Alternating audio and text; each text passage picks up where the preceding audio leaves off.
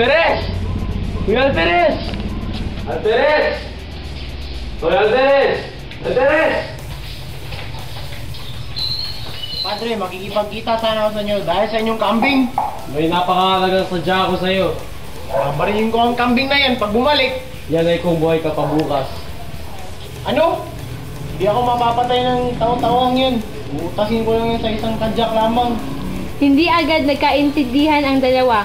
Si Linares ang panganib na akala ng Alperes ay tinutukoy ng kura. Iba naman ang ibig ipahiwatig ng kura sa Alperes. Isang kasindak-sindak na sabuatan ng mangyayari ngayong gabi. Agad sinunggaban ng Alperes ang kanyang sable at baril. Babarilin ko sila lahat!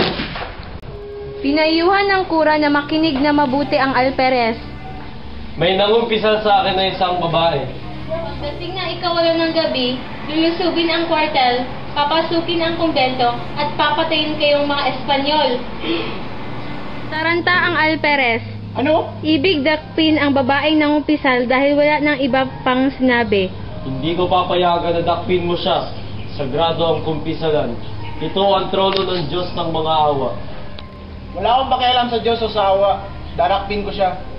Pinahinahon ng kura ang Alperes. Ang dapat nyo gawin ay armasan ninyo mga sibil at abagabang. Magpadala rin kayo ng 4 na sibil dun sa kumpento. Alerto yun ng patrolya. Walang patrolya. Hihingi ako ng tulong sa ibang garrison. Wag! Kung sila'y nahalata, hindi nila itutuloy ang kanilang pakana. Kailangan nyo silang mahuli ng buhay at taaminin. Dito makakatanggap kayo ng medalyong krus at bituin. Ilistahan nyo na lamang ako na ako ang nagbabala.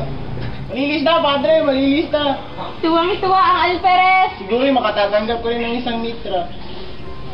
Kaya magdala dapat kayo ng 4 na sundalo na kabalat kayo. Ngayong alas 8, uulan ng mga krus at bituin.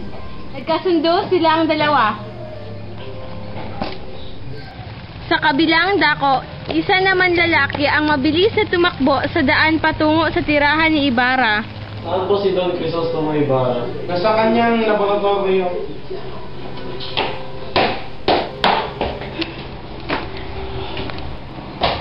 Oh, kayo naman pala, Elias. Natuklasan ko na itong kawayan ito ay hindi nasusunog. Hindi po mahalaga ang kawayan niya sa sandaling ito. Dapat kunin niyo na po ang mahalaga niyong papel at tumakas na kayo. Takang napatingin si Ibarra kay Elias hanggang sa mabitiwan ang hawak na kawayan.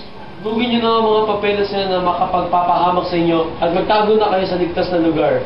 At ibinulgar ni Elias ang lahat ng kanyang nalalaman.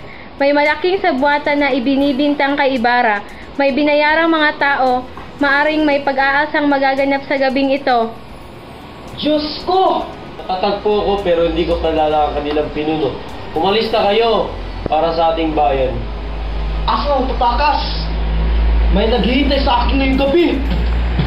Sa ibang bayan, sa Maynila, maghanap kayo ng bayan na isang otoridad para hindi kayo isipin ng utak ng kilusan.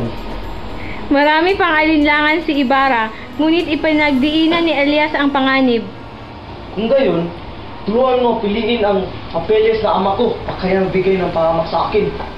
Lito, taranta ang dalawa sa pag-iipon ng mga papeles. Binabasa ang mga sulat, pinupunit ang ilan, itinatago ang iba hanggang si Elias ay napatigil, nandilat, nangatal ang kamay at itinanong kay Ibarra kung ano ito ni Don Ibarramenda. Sino to si Don Ibarramenda? Siya lolo ko sa tuhod. Pasko ba siya? Pasko nga, pero pakialam mo. Halos nayanig ang buong pagkatao ni Elias nang sabihin ni Ibarra na iyon ang kanyang nuno na ipinaikli lamang ang apelyedo.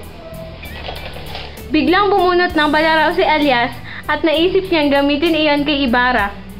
Ngunit saglit lang ang pagkadiliman ng kaisipan nang bigla siyang matauhan. Tawa niya ang hawak na balaraw at tulirong tumingin ng tuwid kay Ibarra.